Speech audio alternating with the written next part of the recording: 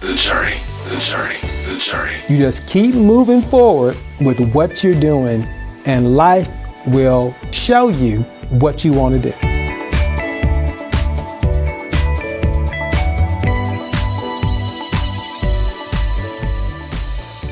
Welcome back to The Journey.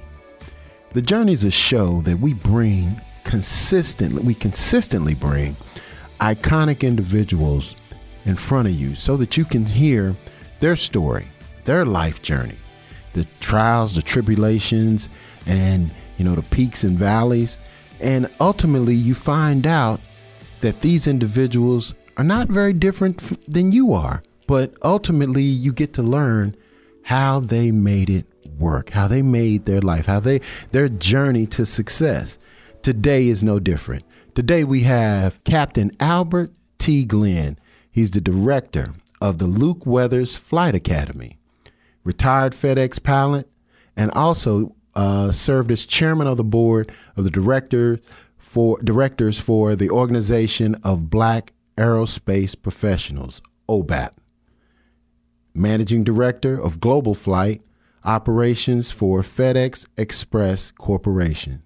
Without further ado, we have Captain Albert Glenn. Hello, sir. Hello. Good afternoon. Fantastic. So, the first segment is our rapid fire section. So we just want to find out, just a little tidbits about you, kind of get you warmed up, just, lubricate the vocal cords a little bit. So first question, Captain Glenn, who outside of your parents had the biggest impact on your life and why? I think I've had an opportunity to look at all the individuals who have helped me along the way. So it hasn't been one in particular, but there's one that stands out, and that's Captain Carol Waters. And Captain Carol Waters was the first African-American pilot at FedEx. And I got a chance to see him in my very formative years, as you might say. And he was an incredible person. And his professionalism was so high that it made you want to be a pilot just because you saw this man, walking and how tall he walked and his background. So he was the first, and he helped me, and he was one of the ones who helped mentor me along the way to become a pilot at FedEx. Fantastic. All right. So next, what decision did you make along the way that turned out to be a life-altering decision, although you didn't know it at the time? Along the way, when I first started college, my goal was to go to law school. Uh-huh.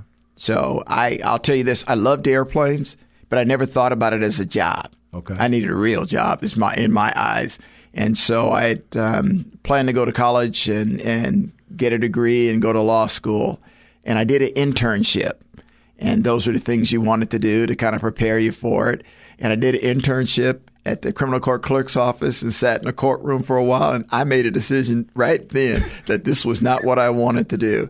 And I wanted to do something that I really enjoyed. And I got an opportunity to listen to those who had found jobs that they really enjoyed. Mm-hmm. And they found a pleasure getting up every day. And I said, flying airplanes is something I would really enjoy. So at that point, I started looking at a different career. And that moment of taking that internship made a difference in my life. All right, now I want you to think of a pivotal moment. But in that pivotal moment, when did you know that you were going to be a success? If there was a moment that you could say, when that happened, I knew things were going to be okay. I don't know if I never felt that level of success or didn't realize that until I became a captain at FedEx. Oh. And then I said, okay, I'm there.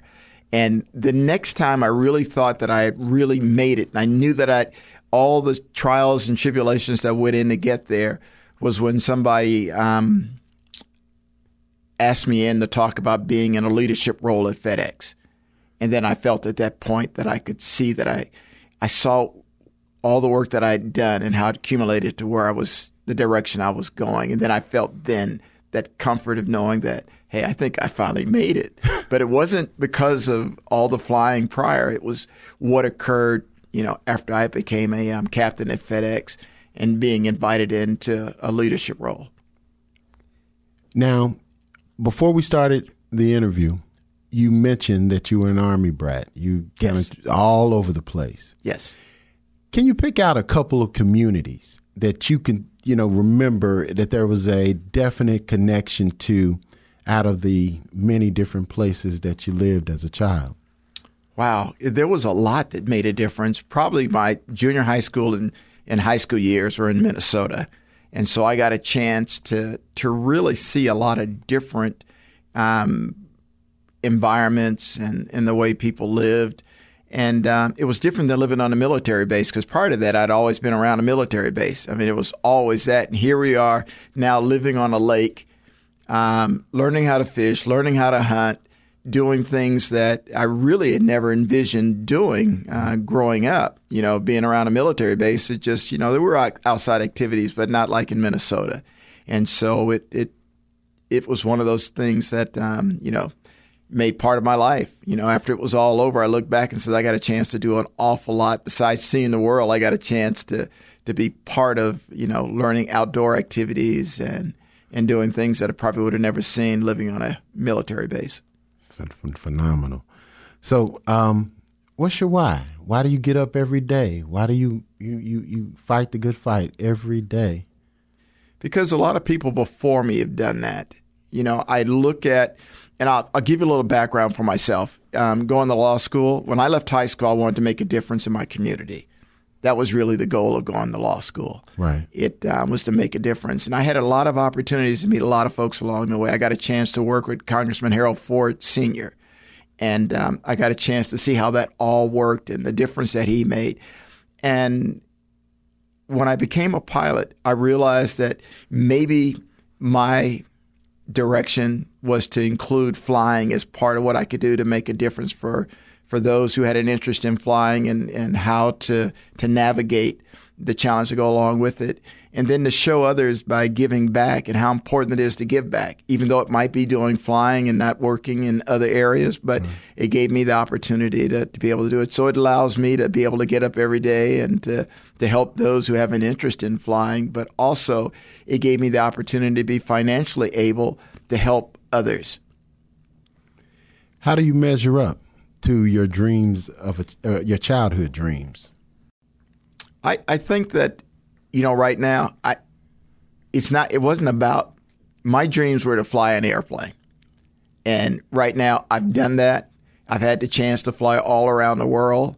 I've been to places most folks would never even guess that airplanes that an American could fly into those locations. And, it's been a dream that, it came true. And, I'm retired now. I still think about all the places I've gone and still have those dreams about, hey, I wish I was in Paris right now, or Dubai, or even in Kazakhstan and some of the stands of Russia. Right. But I do, my dream came true. Fantastic. Now, this is the last one of rapid fire, but I want you to give it some thought. When did you realize, what moment did you realize that you were black? I think from probably third grade. Okay. What happened? It was just around the way I was treated. I was, a child growing up as a military brat meant I lived in places where I was the only black child. Mm-hmm. And that followed me just about 90% of my school years, mm-hmm. up to my senior year. I couldn't wait to move to Memphis, so there would be others that looked like me. And was there a moment? Was there a moment that something happened that made you were you were it was different? the typical. Okay. My mom was a teacher, mm-hmm. so I was more than well prepared for school. Normally, school was boring to me, which meant I read every book, and the teachers weren't ready for me, because most of them had never had a black student before. Right. And so, especially a black male student, mm-hmm. who you'd ask a question and I'd have an answer for it, and probably a little bit more, or ask you, don't you know? Right. And being that a child growing up, my first traveling around the world was to go to France. So from 3 to 5, I became bilingual.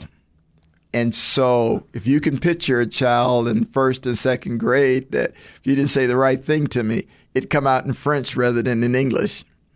And so it was a challenge during that. It was a challenge for my parents because, they kind of understood. They understood me and they understood what was really going on in the world. And so education was important for them and for me, for them, for me. And so they spent a lot of time in school running cover. Fantastic. So listen, this is The Journey, and we're speaking with Captain Albert Glenn. So as we say always, stay there. Don't go anywhere. We're going to pay a few bills, but we're coming back, and we're going to really unpack some of these answers that Captain Glenn gave us. So once again, don't go anywhere. This is The Journey on the KUDZUKIAN Network, and we have Captain Albert Glenn today. The Journey. Jazz, America's own original musical art form. When did it start? Who were and are some of the major players?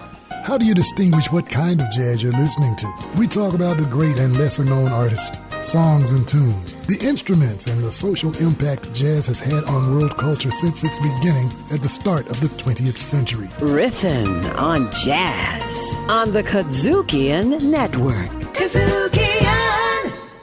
Welcome back to The Journey. As I said, we have the best Memphis icons, people that you can learn so much from their journey. Today's no different. If you've been listening, we have Captain Albert T. Glenn, director of the Luke Weathers Flight Academy. So, Captain Glenn, talk about your childhood. Where did you spend? I know you were an Army brat. So give us some kind of, milestones throughout your youth up to high school. Well, like I said earlier, I was a military brat, so I got to travel all around. I have 4 sisters, so if you can picture one boy and four sisters, that's kind of the family life we had. Were you the oldest or the youngest? I'm the oldest. Oh, okay. Prince Albert, if you're familiar with, as they called it. And so, I grew up in an environment, my mom and dad, they're now 91 years old, so they've been married for 68 years. So I've never known anything any different than that. They're 2 peas in a pod. And so we grew up in an environment where we traveled all over the U.S. and in different parts of the world. And so it gave us a real true family-like environment because, we'd all have to go together. It was the Glens against the world, huh? Yes.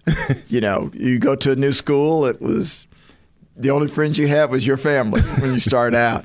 And so we got a chance to see an awful. So for myself, I got a chance to journey with my family. We traveled all around. Some of the fondest memories I have are some of the different places we've gone. We spent 3 years in Alaska. We arrived in Alaska right after the big earthquake in 1964. And so if you can picture showing up in Fairbanks, Alaska, and all of a sudden you got no electricity and you can't talk to anybody outside of Alaska, it was a interesting experience. But I have a lot of fond memories of the beginning of learning how to play baseball, and we played baseball during the summer till it was midnight almost in a lot of cases up there. And so that was one of those young people memories that you remember quite nicely. And then having the opportunity to live on the West Coast. In Northern and Southern California, Minnesota, Texas, and just having a chance to have a lot of different experiences. And one neat thing about having a family traveling like that is we got to see a lot of experiences together. And so my dad and mom were very good at showing us an awful lot. So we got to see each city for what it was that we lived at. And take us around and let us experience the local. So we got to eat everything. So you talked about some of your fondest memories. Can you remember any negative memories during that time, something that may have happened with the family? Traveling in the 60s by car and being black was not the most enjoyable journey in some places. And as you probably heard, we lived in Texas and we traveled through Texas through visiting family from Mississippi. And, my dad was very good and he understood all the challenges. But there was a lot of negative things that I saw as a child growing up, from places that wouldn't allow us to go in and eat, places and these are like the only place around to be served food, and you can't go in because of the color of your skin. And to be honest, living on a military base, there was never restrooms that had colored, white only. And to be able to travel around and to sit there looking at a restroom trying to figure out which one do you go in because you've never had that experience. But then to understand the challenges that went on when you left a military base and then you went out into the public. Now, most people think about that transition, knowing that they're going to college. Where was that moment in high school where you were maybe knew that you were about to make that transition, and what was that pivotal moment like? My senior year, I realized that there was more to life than sports, and I had to make the decision. And with the assistance of my mom saying, "You're a good baseball player, but you're not that good," and at that point is when I had to make the decision as to what I was going to do next. And that's when college came in. And because I had such a high concern for what was going on in the communities in the late 60s and early 70s, that gave me that desire to want to make a difference and to be able to go to college and think in terms of college as being a pathway to doing something, bigger than myself, but making a difference to help those around. And that's how I got into the idea that I wanted to be a lawyer. I said, it's got to be the secret, because I'd seen so much that had been done, because in our community that those who had law degrees and those who are involved in the courts, they were able to use that as to help fight the battle for equality. Right. So going into your adult life, there is a transition when stuff just really got real. I'm an adult. I have to take care of these responsibilities. When did the adult moment happen for you? I think it happened twice for me. One was when I decided I wanted to be a pilot.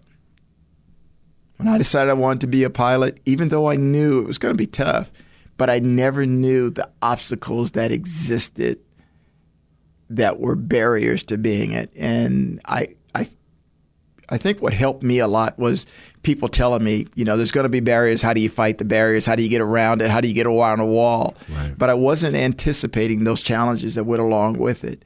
But what it did allow me to do was to grow up and understand that, okay, so there's a wall there. What do I need to do to get around? And I'll be honest with you, deciding to be a pilot and take advantage of opportunities that others have was a real challenge, because there were those who didn't want to teach me how to fly.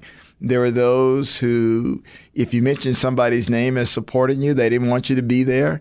And so it took an awful lot to be able to get to that spot. But, having a son at 24 and deciding that I still wanted I wanted to be a pilot. I wanted to take care of my family. And I think at that point I grew up and realized that what was important with the son, having a son, and then how to make all that work, and what is really important when you have a child. Right. It was a lot of outside activities that were missed because I had responsibility. Yeah. And I look back at it now, and my oldest son is a pilot at FedEx. He flew with me on my last trip. We've had a chance to fly together. And I think back on how proud I am of him. But the important part is that I devoted that time to help him become a good young man, but also put in that energy that was required when you have a family. You have responsibilities. Right. Listen, you're listening to The Journey, and today we have Captain Albert T. Glenn. So you've gone through a lot. You got to the point where you have a child.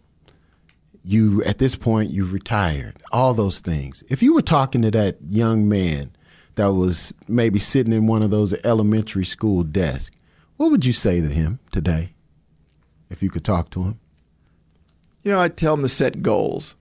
Don't miss the opportunity. find a role model.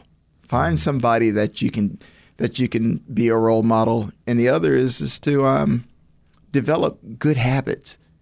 You know, you asked earlier about teenage years and those things. Those are times where you really want to think about good habits.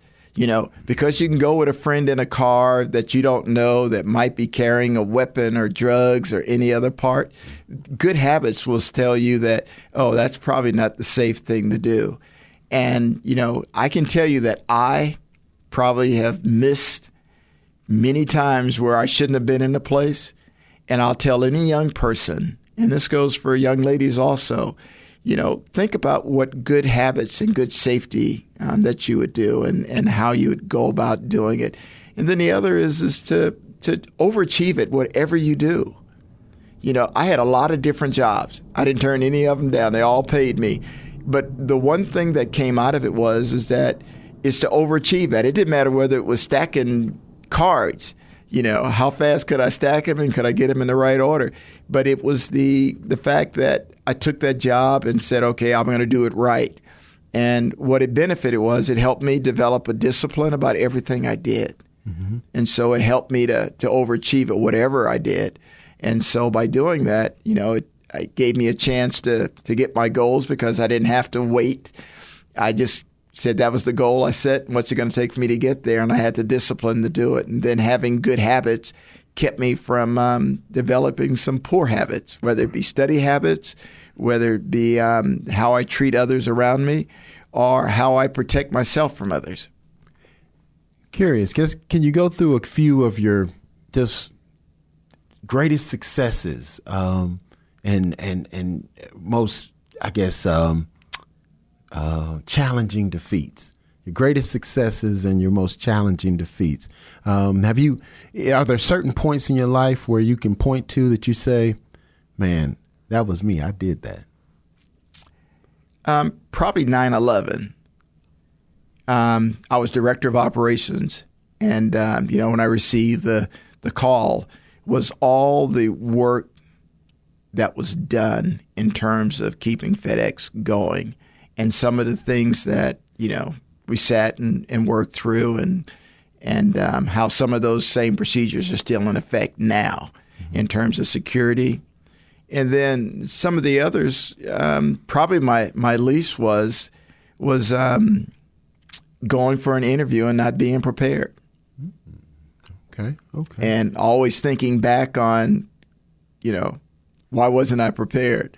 And I'll probably never forget that. I'll never be unprepared again. Right. But it was something that stuck with me. And I was a little bit older. I should have known better. But you're always learning. You're not going to be perfect, and you're always going to make mistakes. You know, what you're going to find out is that you're going to learn from it. Mm-hmm. And so if you got that spirit to learn, you're going to learn from it. Right. And then be able to go forward and let it go. It's like water on a duck's back. Yep, right. Made a mistake, won't do that again. Let it go, move forward, and figure out how to make the next move. With that being said, no huge regrets. Yeah, that I got old too fast. No, God has blessed us in many ways, and I don't think that I could do anything any different. I wouldn't want to go back. You know, there's always plenty of mistakes and different turns I could have tried differently, but I think God's plan is His plan, and you know, right now all I can do is help the next generation be prepared and to assist them any way I can. And to, when it comes my time to leave, I can say I did all I could do. That's a tremendous setup for my last question, Captain Glenn. You're talking to young boys, young men, and they're listening to you or viewing you today. Speak directly to them. What would you want to say to these young men that are listening to you or viewing you right now? The decisions you make now are important. They might not seem like they're important, but all the decisions that you're planning and thinking about now are important in your life. It's hard sometimes to think, you know, what's the future going to be? I can't see where I'm going. But the one thing is to take the time out to set goals, take the time out to understand how important and how disciplined are. And the other is that finding a mentor is important. Finding a role model is important. They're going to give you truth. They're going to let you know that the journey was not easy and there was ups and downs, and for them to get to where they were for their success. And don't let anybody else tell you what success for you is. You've got an opportunity. Flying airplanes was not somebody came to say, hey, you want to be a pilot? You know, that's something I found out on my own. But I did find role models and I did find mentors that helped me understand what was required to be successful at it. And I think that holds true for any job. And then the last thing, find something you really want to do. Something that you can wake up every day and don't call it work. It's something you want to do, but this is the job that you want, and be able to enjoy it. You know, I'm happy every day I get up and talk about being a pilot. I had no misgivings about making that decision. There was many hours, many long days in preparation for being an airline pilot. And just as it is today, I'm back at the beginning. I'm back working at the airport where I first soloed at. I'm back flying the same airplanes that I started out with. And so all of these are indications on what you can do. And it doesn't matter whether you want to be a pilot or be whatever it is, just be good at it. Awesome. And we're going to put a period right there. Captain Albert Glenn, thank you so much for sharing your journey on the journey. And, we really appreciate you, because we have to be able to show what success looks like in real time. And you are definitely an example of success in real time. So listen, make sure you come back, because we're going to have more. We're going to keep bringing these amazing, iconic Memphians right to you on the journey. So come back, because we'll have more. The Journey, hosted by Larry Robinson. Executive producer, the Delta Boulay.